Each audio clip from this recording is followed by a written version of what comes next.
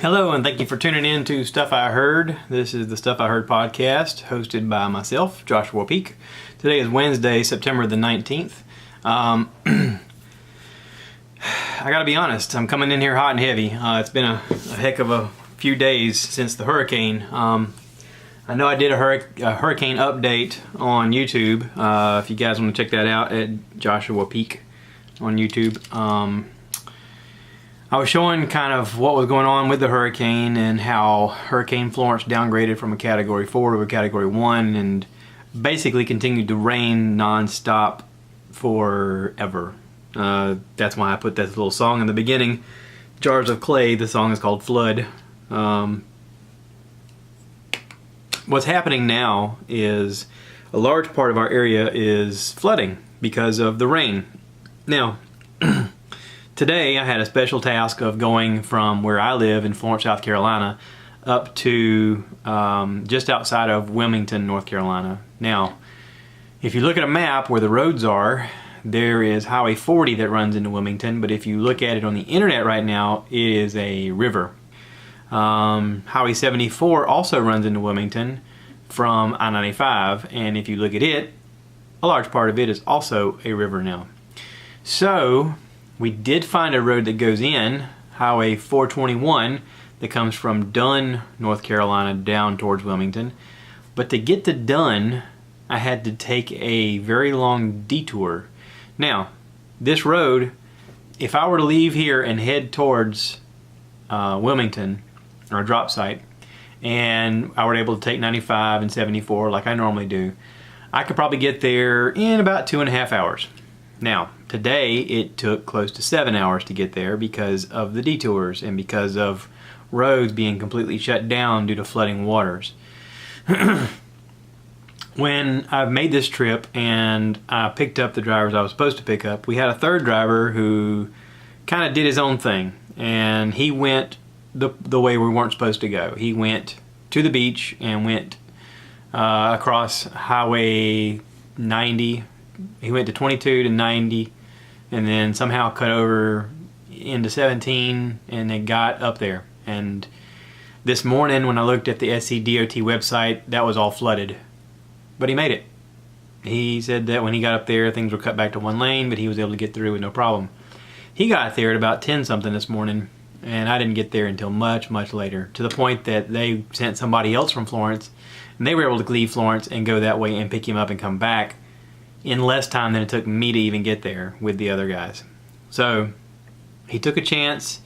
If he would have encountered a problem and not made it, he probably would have gotten in a lot of trouble because he was told by our supervisor to go a different way. But it worked out. It's one of those weird situations where you're supposed to do something. He I guess didn't consider it or didn't think about it fully and did his own thing, and it was fine. So yay, lucky.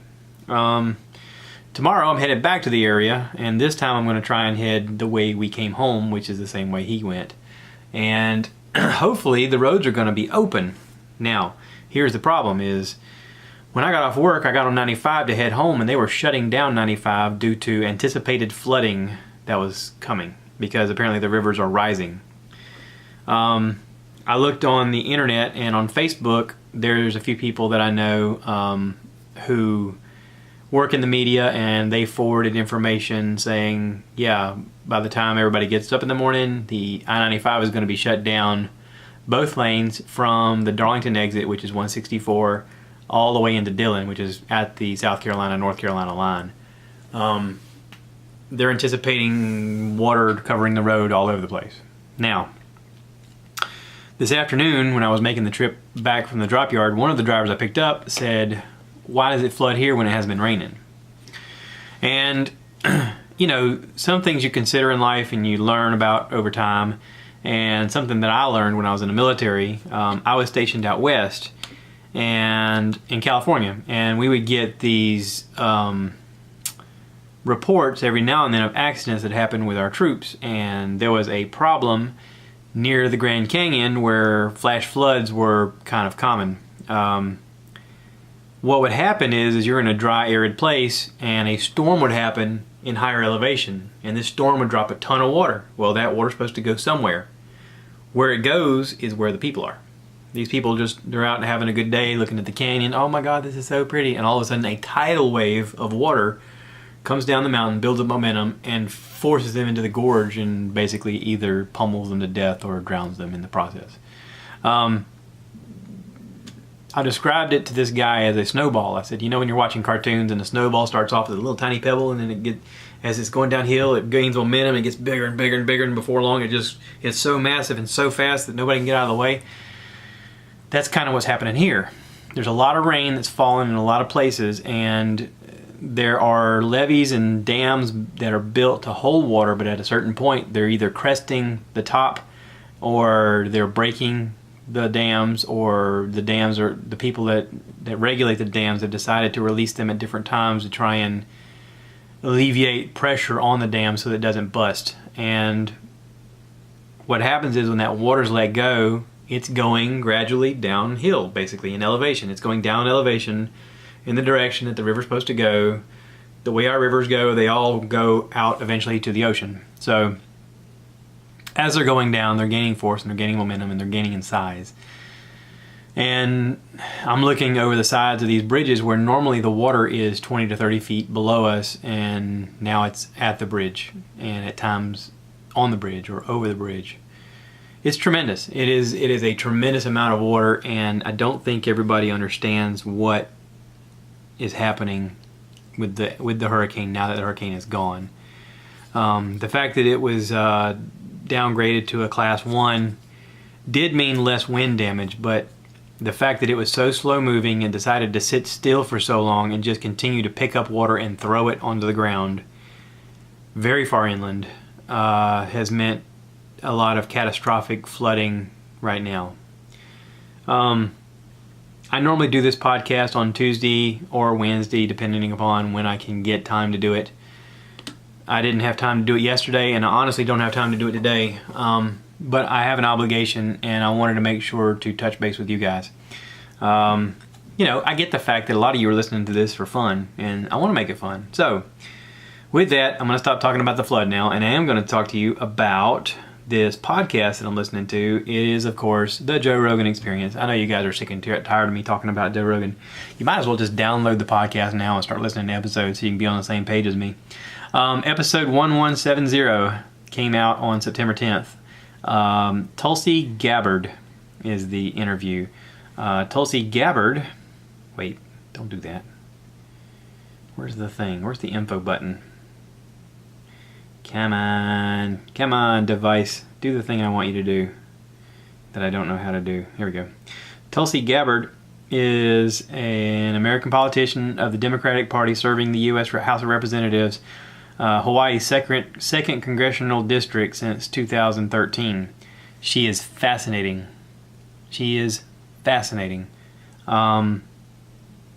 She served her National Guard for her country.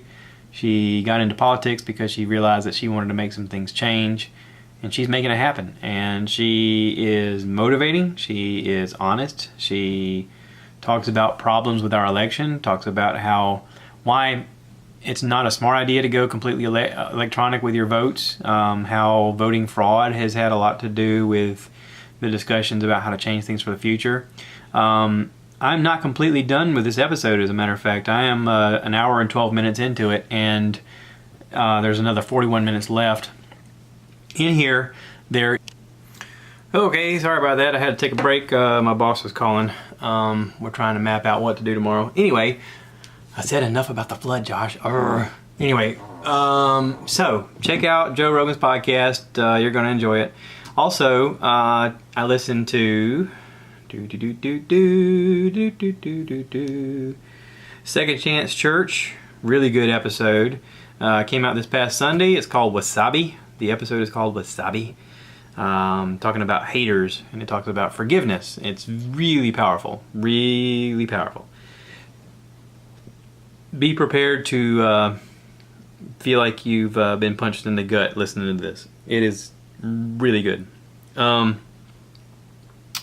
Also, Bert Kreischer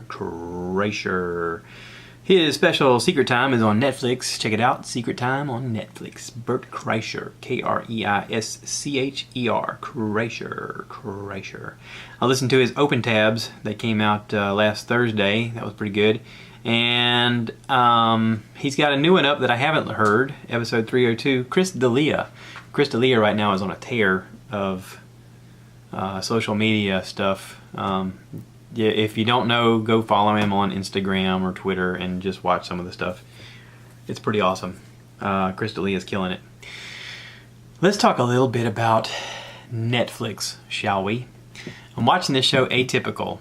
A friend of mine from high school recommended it, and I've been checking it out. And basically, it talks about this kid who has what do you call it? He's on the spectrum. He has, not Tourette's, what is it? Right now people are losing their minds going, dummy, it's this. He's autistic. That's it. He's autistic. He's high-functioning autistic, which doesn't take away from his quirky behavior or the fact that he has trouble dealing with people in public or loud noises or or bright flashes or anything like that.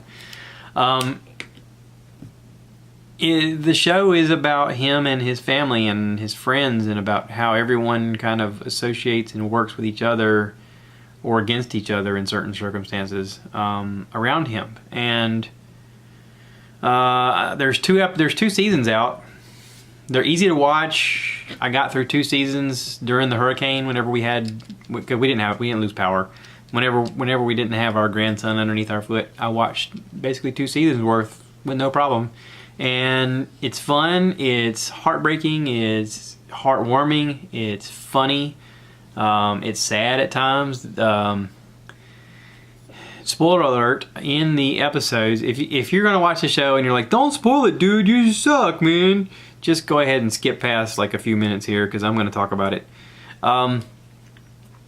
In the first season, the mom has an affair, and the way that progresses through the show, you know, I originally wanted to write the guy who recommended it and tell him, geez, why did you recommend this? This is terrible, man. I don't like her. I don't like her character, man. This is awful. But as I got to watching it, it dawned on me that if you're going to make a show about a family who has an autistic child, you need to show every aspect, not just the good aspects. You need to show the bad aspects. And part of the bad aspects is sometimes it is overwhelming having a special needs child, whether your child is autistic or, you know, has cerebral palsy or whatever the situation, blind, you know, on crutches, whatever. It is extremely strenuous on a couple trying to deal with a special needs child. And I can imagine that they wrote this into this character because it has happened. It's sort of a reflection of what real life is. In this, you know, she meets a guy at a bar who's a bartender who has kind of a carefree life and nothing's really heavy, everything's easy, and he's just there for a good time, and in a way she misses that part of her life, and she sort of experiments with him a little bit on that, and it's terrible. She has fun at the moment, but then she has to pay a huge price for it later. You know, I think that the relationship they were showing with her and her husband at home was all evolved around their special needs son, who was amazing and is amazing in the show. I don't know if he's actually a special needs person or not, someone with autism, but if he's not, he's portraying it pretty well. But the relationship is extremely strained because of their son, and because of the attention that they need to give their son, and because of all the extra things they need to be cautious about around their son. And because of that, I think maybe she chooses this path, and it's sort of a reflection of what really happens to people in these relationships. She chooses this path because she feels like it's right for her to feel some type of escape. And it doesn't help. It makes things worse. And they do a good job of showing all of this. I really like the sister. He has a sister in the show. I really like her. I think she's extra cool, just for the fact that she wants to treat him normal and has never stopped treating him normal, but understands that he also needs help at times. And she's sort of his protector in a way, and sort of also his baby sister in a way, and sort of also his closest friend in a way.